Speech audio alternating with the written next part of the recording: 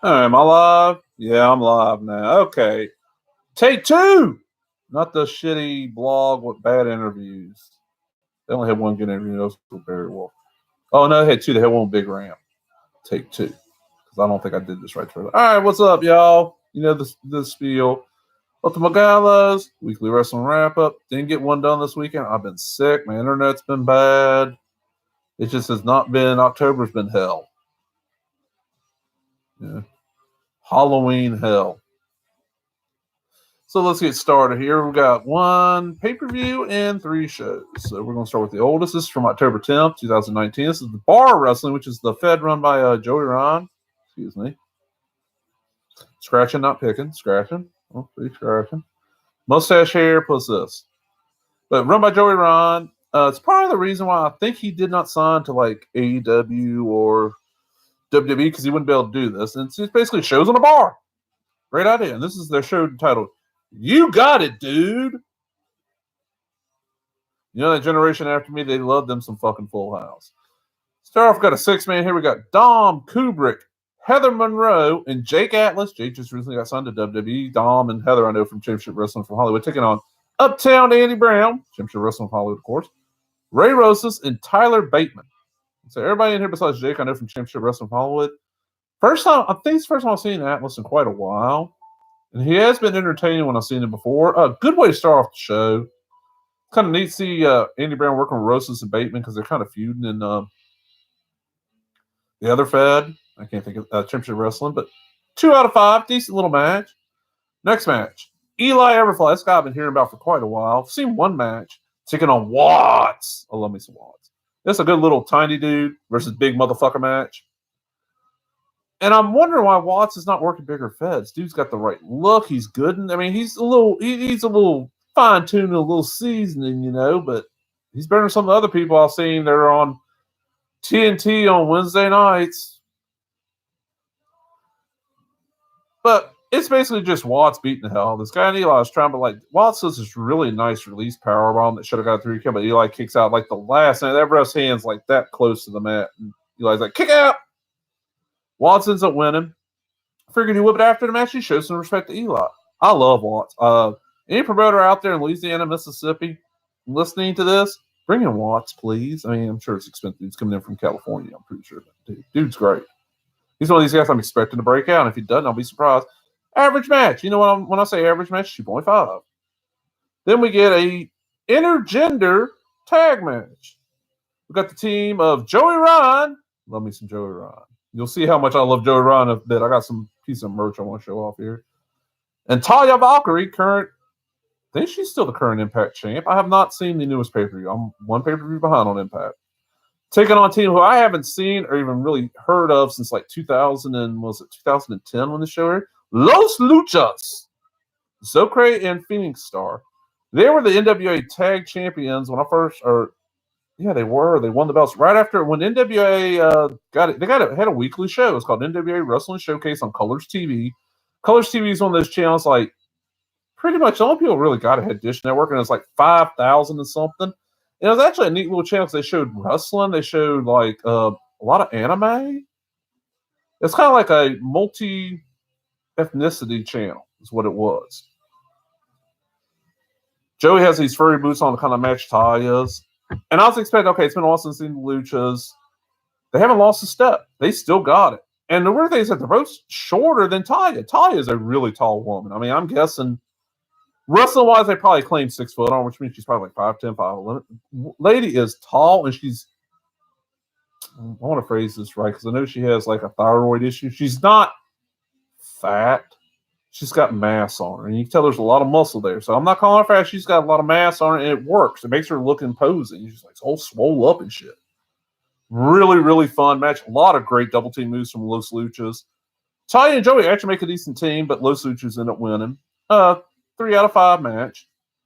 This next match, I mentioned this match on Twitter and got a nice little like from Mr. Brian Cage, the Swolverine or wherever they're calling him now. This is Daga, who up until recently I'd heard the name and never saw him in MLW. I think I saw him in Impact once or twice. Taking on Brian Cage. It's just 2 big power guys doing power moves, but they can do more than power moves. Daga's slightly faster, but Cage is slightly stronger.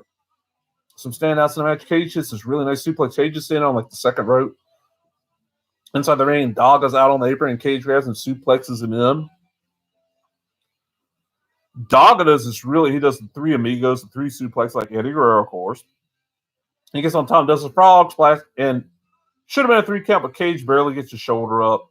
Another one where the first hand was that close to slapping for the third time.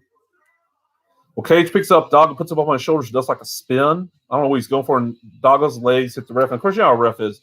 You could like hit a ref with a pebble and like, oh, I'm out. Well, that's a requirement to be a ref. You have to be legally blind. You have to be able to get knocked out like a feather. And you only recover when it's disadvantage and when it's a disadvantage. Well, ref gets knocked out. So Daga grabs Cage's belt, which I guess would have to be the Impact World title. It's the only belt I know Cage's holding. Because I don't think Bar has any titles. And he just tosses the Cage and drops in the match like he got knocked out with it, just like Eddie Guerrero. I'm like, oh, fuck yeah. I'm loving this. I love me some Eddie Guerrero. Eddie's one of my absolute favorites. I was very upset when the dude died, and especially what happened. So while the refs arguing Cage about this, of course, you know, the ref recovers in time to see Dog hit the mat. Dog uses this stretching to roll up Cage to get the pin. 3 out of 5. Really good, really fun match. If it had been a little bitty bit longer, it would have got a better rating, but really good. Then we get a women's match. And this is going to be Tessa Blanchard, who is the WoW Women's Champion at the time. She's not the Impact. Now Miranda Elise, who I've never heard of. But Miranda puts up a good little fight. Miss Elise puts up a really good fight. Of course, Tessa ends up winning. Good average match in a 2.5 out of 5. And then we have the main event, which for nostalgia, I really enjoyed this match. Even though I was never big on one of the tag teams, this is going to be the Rock and Roll Express. Yes, the Robert Gibson and Ricky Morton. They're still wrestling. They still got mullets. They ain't got much hair on the top, but they got the mullets just a flying, baby. Taking on the Rock Nest Monsters, who are the current Championship Wrestling for Hollywood's current tag team champions. They call it like United or something like that. Interesting matchup because the Rock and Roll Express are old, but they can still go fairly well. I mean, they can't do all the stuff they used to, but they can still enter. They know how to work the crowd still really well. They're really good at ring psychology. Rock Nest have been entertaining in Championship Wrestling for Hollywood. Oh, and they spoiled something here. Rock and Roll Express comes out with the NWA World Tag Champs titles. Well, of course, you know, NWA Power is where all the NWA stuff is happening right now. They film a bunch at once, and you get one a week. So if you're just watching NWA Power and ain't keeping up with shit online, you wouldn't know that the Rock and Roll Express had a title, so you saw this. So Bar Wrestling kind of spoiled a future episode of NWA Power. That's cool. I do wonder if they won them from the wild cards or if somebody else beat the wild cards, and then, I don't know. Very short match. Not really surprised by that because Ricky Morton and Robert Gibson, I know they're at least in their mid-50s, if not older, because I'm guessing when they hit it big as the Rock and Roll Express back in the 80s, they were in their 30s. I'm guessing. They might have been late 20s, but I'm guessing they're a little bit older than that. And I was expecting a shorter match, at least two. Rock Nest ended up getting a little too greedy, ends up costing the match. There's a vicious, like paintbrush slap from Gibson to Yuma. He's just like paintbrushes, just back, like pimp slaps the hell out of him. And Gibson ends up winning with a roll-up, 2 out of 5. So overall, the show got a 2.5. That's an average show. It was fun. It was about an hour and a half, maybe a tad bit over. I enjoy Bar Wrestling. I'm going to start keeping up. They do about one show a month, so it looks like 1 or 2 shows a month. They pop up on high spots. That's where I'm watching. For an hour and a half, I was entertained. So that was fun. What we got next? Let's see. What? Okay, that's what aired next. Okay. This is one that's probably going to catch me, get some people in the internet wrestling community just going off on me. I don't care. Never have, never will. AEW Dynamite episode 4. This aired as of almost a week ago. Just straight up, I'm not enjoying AEW Dynamite. It's 2 hours. I'm having to force myself to watch it because the review I'm going to watch every match, and there's match on it. Go, man, I just want to fast forward through this, but I can't. So as of my mind right now, I'm not watching AEW Dynamite anymore. If I hear a match is good, I'll pull it down on demand and watch that one match. But as far as reviewing it, I'm not enjoying it. I'm enjoying Dark more. Dark is 1 hour, a lot better to me. But all right, start off. We got a semifinal of the tag team tournament. This is gonna be Lucha Brothers versus Private Party. I'm excited. I was like, okay, Private Party's really impressed me. I love the Lucha Brothers. And then I got a match that feels just so choreographed and planned out. It felt felt as staged as these arguments and fights you see on these real shitty reality shows like Sister Wives and Bad Girls Club and Little Women of Atlanta and Real Housewives of blah blah blah. It just felt like every little thing was played out and it hurt the match a lot because I really enjoy both teams. Lucha Brothers won. I was not impressed by the match. It just felt off to me. They get our other semifinal. This will be SCU, and this time SCU is, of course, made up of Frankie Kazarian and Scorpio Sky because last week the Lucha Brothers came out and beat the living hell out of Chris Daniels and hurt him. They're taking on the Dark Order, which is Evil Uno and Stu Grayson. Really, really good tag match for TV. And, of course, since the Lucha Brothers had won, I was figuring SCU would win this, and they do. They didn't get revenge on Daniels. Nice average match, 2.5 out of 5. Then we get, and they claim they booked this match because people loved the match they had on Dark so much last week. I'm one of the few, I guess, that didn't. This is Kenny Omega versus Joey Janela. I'm a Joey Janela fan. I think his spring break shows are great.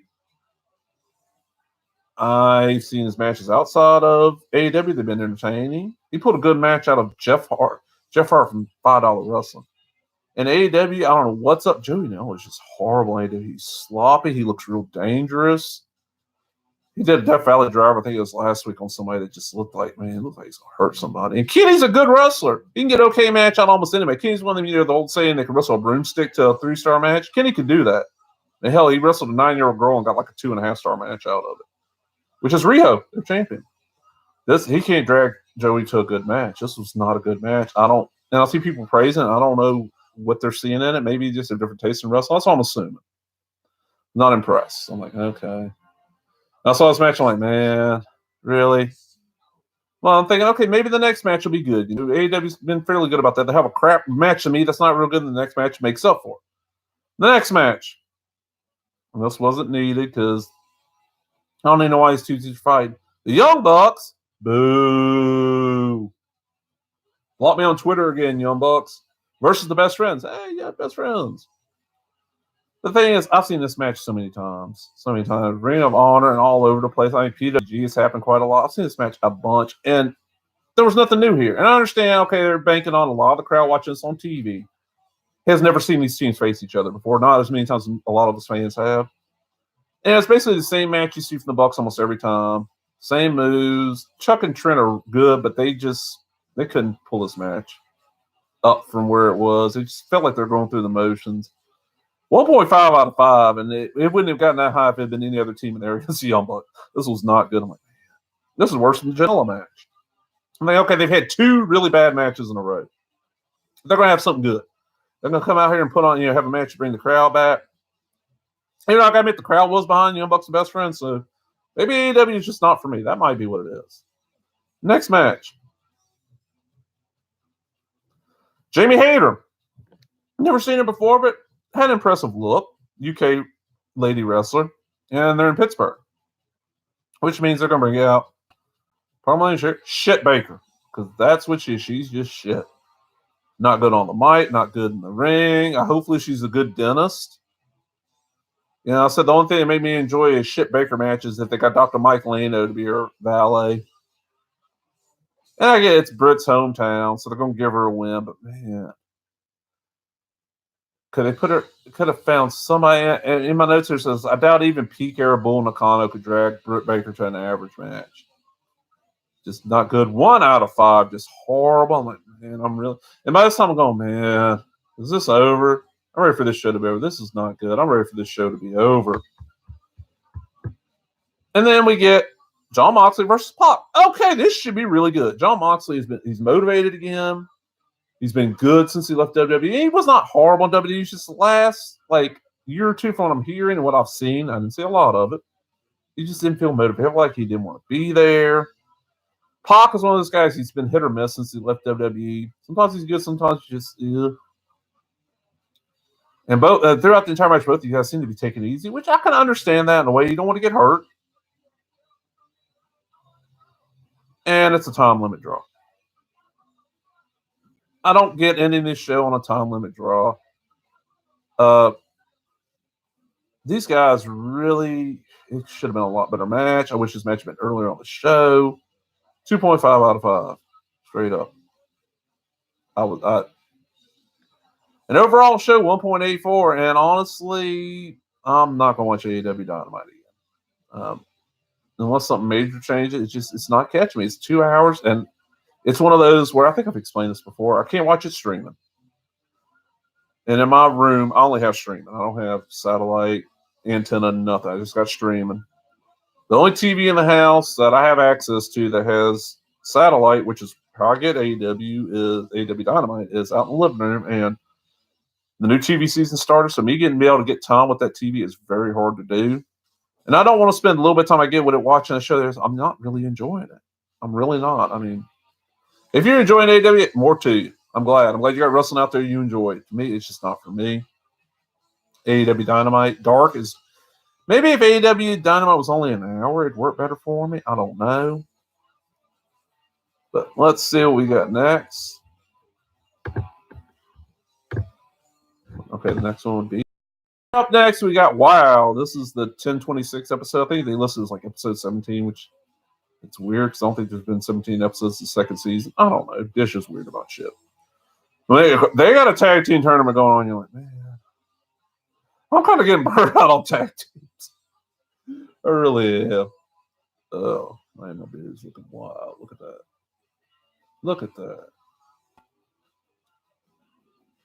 We got Havoc and Hazard, the Monsters of Madness. Jessica Havoc, I've seen a lot. Enjoy her. Good wrestler. Hazard, I've only seen this like second match, and she's all right. And you got Steffi Slays and Keta Rush, the Bully Buster. Decent little match. Havoc and Hazard use their size to their advantage. They end up winning. Honestly, average, a slight bit below average. I kind of expect that. WoW is more a big reason I do what my dad loves WoW, so I end up watching with him every week. That's a big reason why I end up watching WoW, because it's not great. Then we get, which ended up being, oh, come on, my nose itching. Ended up being one of the better matches I've seen in a while, quite a while. So Serpentine, who is was Cobra Moon and Lucha Underground, wearing the same outfit she did in Lucha Underground. She's got to use a different name. Thunder Rosa. The Lucha Sisters, I think, might be her name. She's tagging with Holodead. Versus Rhea Reyes, who is, of course, the Azteca last season. The Filipino girl with the blonde hair, real tall. And so my notes here, Serpentina's damn good. And Reyes really improved since last season. A lot of leg work from Serpentina. She's like working Rhea's legs, which makes sense. Rhea is really tall. Or maybe Serpentine is real short. But Rhea looks really tall. She uses a lot of kicks and a lot of like off the top. So you take her legs out, she can't do that stuff, Well, it's going pretty decent for a while. Serpentine has her manager out there, which is something Lopez. I don't remember the woman's name. She's a lawyer or something. The manager is distracting the ref. Serpentine hits Rhea below the belt. I will not say what my dad called it. It was another more vulgar word for vagina, and then followed by punch. I'll admit I was laughing when he said, I was like, okay, really? And she has some kind of like X Factor like move, gets the win. Average match. I thought it'd be a little bit better, but average. Then we got another tag match where we got this. I almost called them the Sisters of Mercy. The Psycho Sisters. It'd be badass if it was like JJ North. How many people out there going to get that joke? JJ North, Psycho Sister. This is the Psycho Sisters, Razor and Fury with Mesmeralda taking on Siren and the Holodead. Only really things that stood on this match is there's a really nice spot where all four of them go for a drop kick at once. Looked really impressive. And then Siren ends up winning with like this kind of Princess Aussie comes out and interferes, is like beating up the Psycho Sisters outside the ring. So Siren ends up winning by hitting like a kind of like a Michinoku driver. Below average match, 2 out of 5. Then we get our main event, and they've been building this for a while. This is Junk Girl versus the Beast. I hope we get an actual ending this time. I really do. Because last match when these two didn't really get an end. It's going back and forth. I'm enjoying it. You got Beast is like the new young power wrestler in WoW. Junk Girl's like the older one. Because I'm figuring Junk Girl's in her 40s. I'm guessing she's probably close to my age. She's been around for a while. Both of them in really good shape. And then, of course, out comes Alliance and Lana Star. They interfere. Beast loses by DQ. And, of course, since she loses, she doesn't get her title shot because the winner of this gets a shot at Tessa Blanchard. I'm like, man. None of these matches without a really good ending. You know, could they? I would have been happier if, like, Lioness and Lana Star, and this is if they'd interfered and caused it to where Jungle Girl got a pin. You know, something like that. Wow. If, like I said, if it went for my father and Joey, wow, it's real close to getting chopped. You know, just chop. Get rid of it. Ended up being a 2.13 overall. So, we'll show. Then we got our final show of the week. I'm going to show a couple pieces from my memorabilia from my collection. This is Championship Wrestling from Hollywood. Championship Wrestling presented by Pro Shingle on YouTube. It airs on Saturdays at lunchtime. It also airs on Memphis. I watch the Memphis airings. I do get the channel gets on, but excuse me. I prefer watching the Memphis ones because it's hosted by Dustin and Maria Starr, who know both of them. Very, very nice people. I've met them 2 or 3 times now up in Lula, Mississippi. They work up there for Hollywood Jimmy. First match, Dan Joseph versus Ray Rosas. Hey, Ray showed up in 2 matches this week. They've been feuding for a little bit now. Matter of fact, Ray Rosas is kind of the reason Dan came out of retirement. Ray ends up winning with a figure 4. Could have been a lot better match, but it wasn't horrible. It was decent. Go straight on to the next match. It's going to be a title match. We got the Royce Isaacs, the TV champ, defending his belt against Bateman, who showed up early in this review on the Bar Wrestling show. Decent back and forth, but Bateman ends up winning by countout because Royce is just like, screw this, and leaves the ring, gets counted out. The ending hurt this match. I thought it should have been better, but hey. And we get us a tag team match. And this is where something clicked in my head. We got Gentleman Jervis Cottonbelly and Sweet Robin Shaw taking on Vermin. I'm like, man, Vermin. I've been noticing Vermin looks a lot like Rock Nest Monsters. It's the same team. Rock Nest Monsters got like a split personality or something. I don't know. They didn't explain it real well. And I'm just getting into Hollywood. Championship Wrestling Hollywood. I've been watching, a little bit over a month. Now maybe 2 months. A little tag. The Double Platinum ends up hitting the ringside, attacking Vermin. And Jervis uses this to do, he does a bunny hop and then a double stomp. Gets the win. Average match.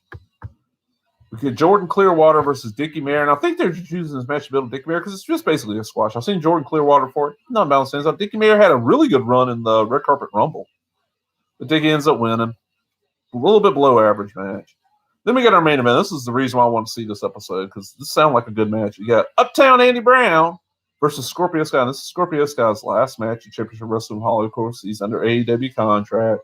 For some reason, the only one they're allowing to work shows outside AEW is Orange Cassidy.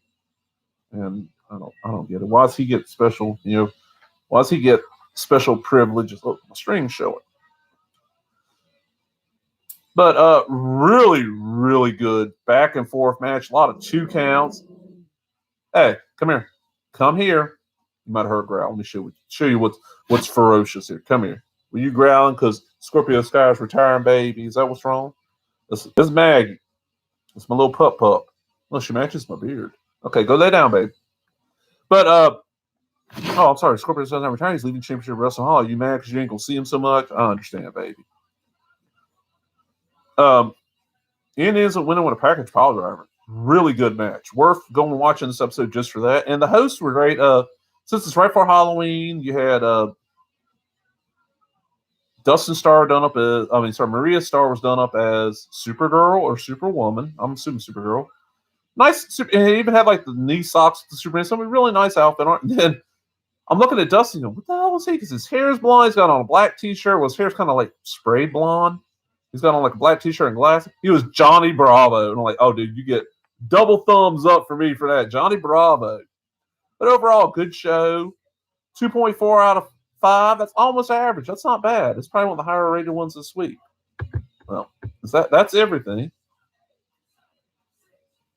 So give me a second here.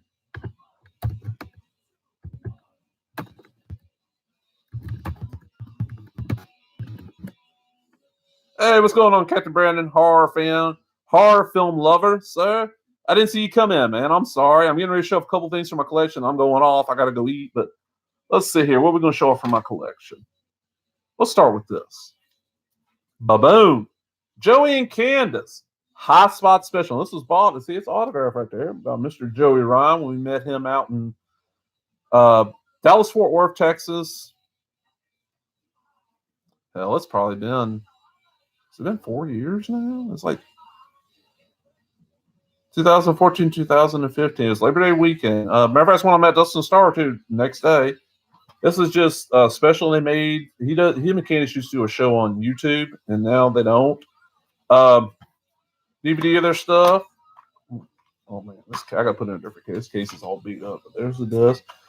It was entertaining. I'm trading Mr. Ryan. I had some DVDs he wanted, so I traded him DVD for this. But got to talk to the guy the whole show. Really nice guy, super nice. Completely unlike the character that he plays on TV. What we got? Now this ain't nothing special. I mean, besides it's out of print, it ain't signed or nothing. Ain't nothing massive about it. But ECW, the best of Cactus Jack. This is the power. They put out this one. They put out a best of the Dudleys and a bunch of DVDs. Man, a bunch of like pay-per-views, match collections. These are getting harder to find, and this is like 210 minutes of Cactus Jack at ECW. Great stuff. If you love Mick Foley and you ain't never seen him at ECW, go check this shit out. Yeah, I'm going to do this one too. Now, this is Wrestling Society X, the first and last season. This is the full thing. This is a show. It aired on TV for how many episodes? 9 episodes plus the never before seen season finale. All kinds of extra, the web show, all that stuff. Extra commentary, music videos.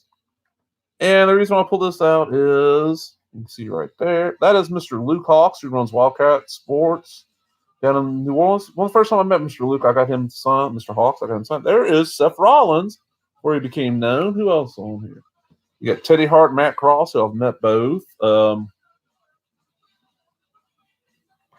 course, Mr. Joey Ryan right there. Great, amazing little set. Hard to come by now. I mean, it's out of print, but definitely worth tracking down. And let me, I got time for one more because I ain't hit 30 yet. The last one, this comes from the collection from the guy who runs Four Corner Photography, Mr. Jean-Paul LeBlanc. This is from his collection. Huge Lucha fan like I am. And there it is. This is Lucha Libre, Life Behind the Mask. Like a little documentary, a little bit over an hour. All in Spanish. You got to read subtitles. And a lot of people don't like to read. So I don't get it. I don't like to read, but the same person will tell me I'll sit there and spend all day looking at Facebook. You're reading. What you're trying to say is you don't like to read unless it's gossip about people you know. But yeah, there you go. Lucha Libre. That's it for now. Like I said, I've been sick. My internet's been acting up. So probably be... I'm going to try to have one done and up tomorrow because I got a bunch more stuff to watch. I got a little bit behind on my wrestling watching, but hope you enjoyed it, man. If you did, thumbs up, leave a comment, subscribe. Thank you to Captain Brandon Haar, film lover, showing up in the chat. Sorry, dude, I didn't see you at first.